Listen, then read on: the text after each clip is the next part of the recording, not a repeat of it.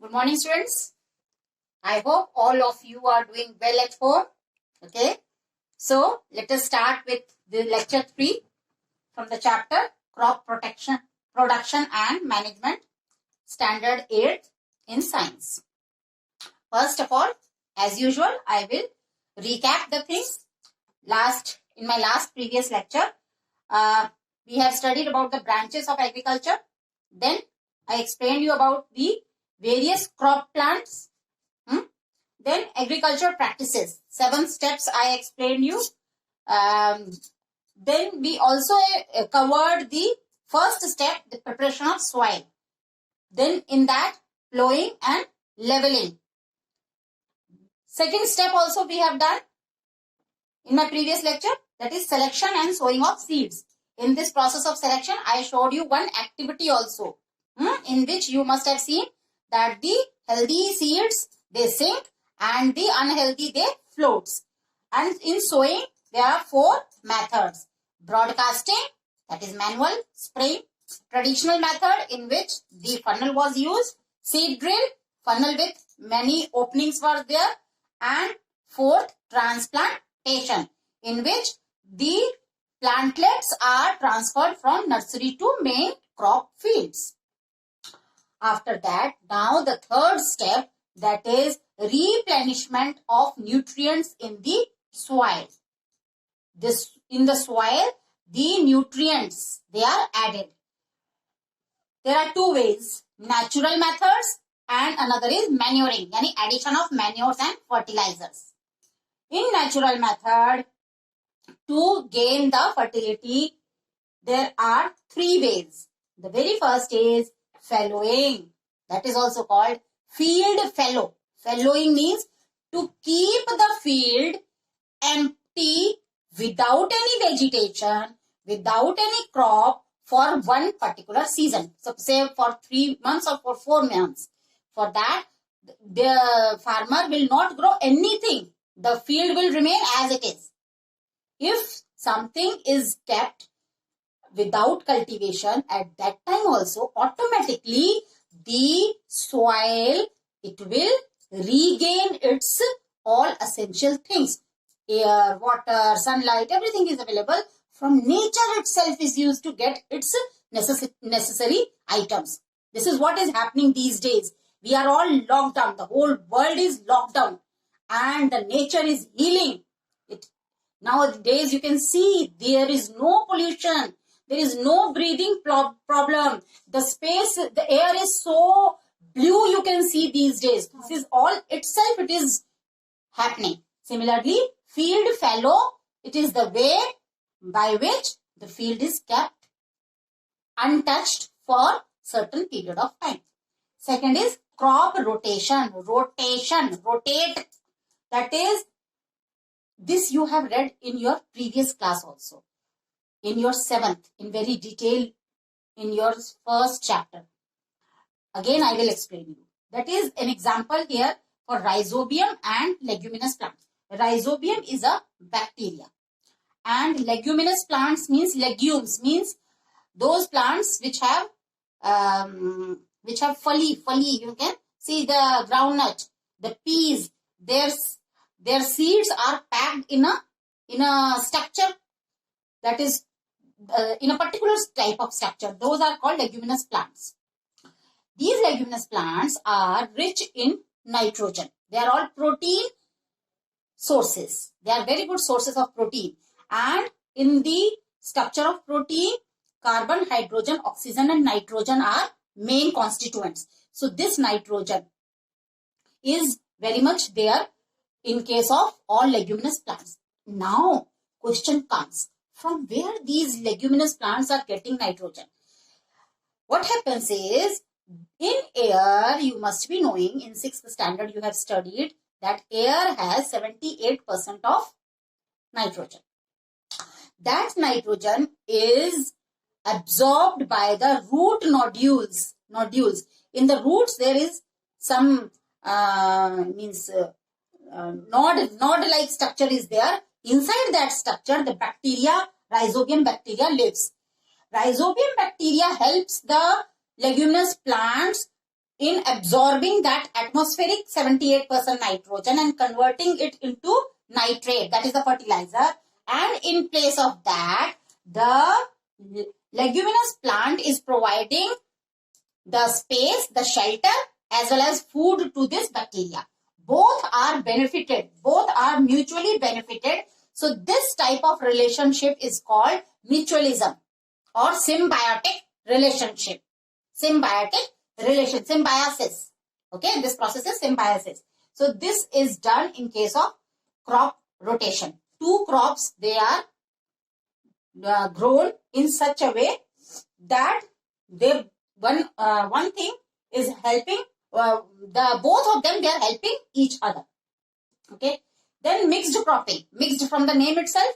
Mixed means these are the two different, you can see, different crops. One row is of one particular crop, another row is of another crop. For example, cotton and groundnut. Cotton and groundnut, they are sown alternatively. So this is also a natural method for replenishment of nutrients by themselves in the soil. Then other methods are manuring, from the name itself. Manure and fertilizers, if they are added artificially by the man, this process is called manuring. Manures, they are organic compounds. For example, compost, green manures, sun hemp, etc. Now, what are the advantages of manuring? Why we do manuring? Number one, it enhances the water holding capacity of the soil. When we add the manure, the khad, you must be knowing, in common language we say khad. When we add them, it increases the water holding capacity of the soil. Number two, it makes the soil porous. More holes are there available for exchange of gases, etc. It increases the number of soil-friendly microbes. Soil-friendly microbes, in my previous lecture also I have explained you, that are the bacteria and fungus, etc., which increases the fertility, which increases the humus by decomposition method. So this is done again when we add the manures. Fourth, improves the texture, quality. Texture means the quality of the soil. Adds the humus related to this topic. And it is not expensive. Manuring is not expensive. You yourself, you can make green manure at home. All the peels of your vegetables and fruits which you use daily, if you keep on putting in a closed bin in your home, and meanwhile you sprinkle some soil and water over it and keep it covered for say about 30 days or 40 days, it will decompose. Obviously, it will rot and it will get converted into manure, homemade manure, free of cost. And do not cause water pollution. It is inexpensive and it does not cause any kind of pollution, neither of the soil nor of the water. It is eco-friendly. Then about the fertilizers. They are the man-made, human-made. These are the chemical substances. They are rich in N for nitrogen, P for phosphorus, K for potassium. Nitrogen, phosphorus and potassium containing substances, chemical substances, which are also added to the soil for enhancing its nutritive value. Nitrogenous fertilizers example are urea, ammonium sulfate. You can see these are all the chemicals. Phosphatic fertilizers, they are the superphosphate, ammonium phosphate, etc. Potassium containing fertilizers, they are the potash, potassium sulfate, etc. And complex from the name itself, it is clear, that is the combination of all the three: nitrophosphate, ammonium phosphate, etc. Now there is a comparative study between the fertilizers and manures. What are the comparisons? Fertilizers are inorganic, manures are organic. Organic means, when organic term means whenever carbon is there, carbon and its compound, that is called the organic. So it is organic. Fertilizers, they are prepared in factories, they are prepared in fields. Fertilizers, they contain nitrogen, NPK type. Here, these nutrients are not there, of course. These essential nutrients are present in less amount. Fertilizers are costly, manures are not expensive. Fertilizers, they causes water and soil pollution, and manures, they are eco-friendly. They do not cause any pollution. Fertilizers, example urea, potash, etc. And in manures, the sunhemp or susbania, etc. which you can make refined. Then we come to the fourth step, that is irrigation. Irrigation means supply of water to the crops at regular intervals through the source other than the rain. Natural raining, that is not called the irrigation. If the farmer, he himself sprays or gives supply water to the field, that is called irrigation. It depends upon two things.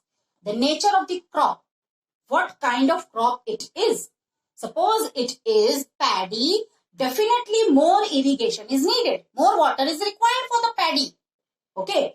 And nature of soil. What kind of soil is that? If it is a soil which is already having a good quantity of water in it, that is the clay soil or the loamy, it will not need that much of water. But the sandy will definitely require more water. So it depends upon the nature of the soil also. And of course, season when the crops grown. Depends upon the season also. In monsoon season, naturally the irrigation is less required because monsoon, the God is himself is giving the water. And when it is dry season, of course, more amount of water is to be given to the fields. That is, irrigation is more. Now, two methods of irrigation. Traditional method, old time methods, and modern method, new technology. In traditional method, as India is a agro-based country, agriculture country, 70% of our population is in the villages. So, these methods are still there, traditional methods. Pulley system. You can see in physics in 5th class, in junior classes you must have studied, a wheel type structure is there through which it is pulled and through which the water comes out. And this is a canal over there. From there the water goes to the field. Second is the chain pump. A chain pump. It is here, you can see few buckets are attached here with a chain, what do you call it? Continuously a chain will keep this wheel moving and water will continuously come and this will be poured to this canal and through which the water goes to the field. Bakely, this is the way. You can see a very heavy weight stone is tied here to this wooden structure, this branch, strong branch or strong wood, and with that the water is taken from the well and it is poured, and that fourth is the Persian wheel, that is the rahat. That is also one of the way the bull used to move, and through that the energy is given to this wheel, and from those wheels, the buckets, they used to pour the water to the canal and from there water goes. These are the ways, traditional ways. Okay. Now the modern method. In modern method, we will study about the two main things, that is the drip system of irrigation and sprinkler system of irrigation. Drip system, in which you can see these pipes, and here every particular equal interval of space, there is a hole made. These holes in the pipes, they are made which allow the water to fall drop by drop just at the position of the roots. Water is not wasted in this method. Drip irrigation method is very successful in Rajasthan and in the dry states in our country where the water scarcity is always there. Now the second method, that is the sprinkler system. Water is sprayed on the plants using sprinklers. These are the sprinklers. They are spreading the water. It is rotating and through a long distance, this water goes. It is covered. Okay. But now is the question answer session. In this my lecture, all these 5 questions, their answer is given. You have to solve. What are these questions? What are the advantages of adding manures to the soil? Why do we do manuring? Number 2, give 2 examples each of nitrogen, phosphorus and potassium containing fertilizers. 2 examples of each. Next, distinguish between manures and fertilizers. You can give examples as well. 4th, how manures are better than fertilizers? There is a comparison in which you will get all answers. 5th, what do you mean by term irrigation? And what are the 2 modern techniques of irrigation?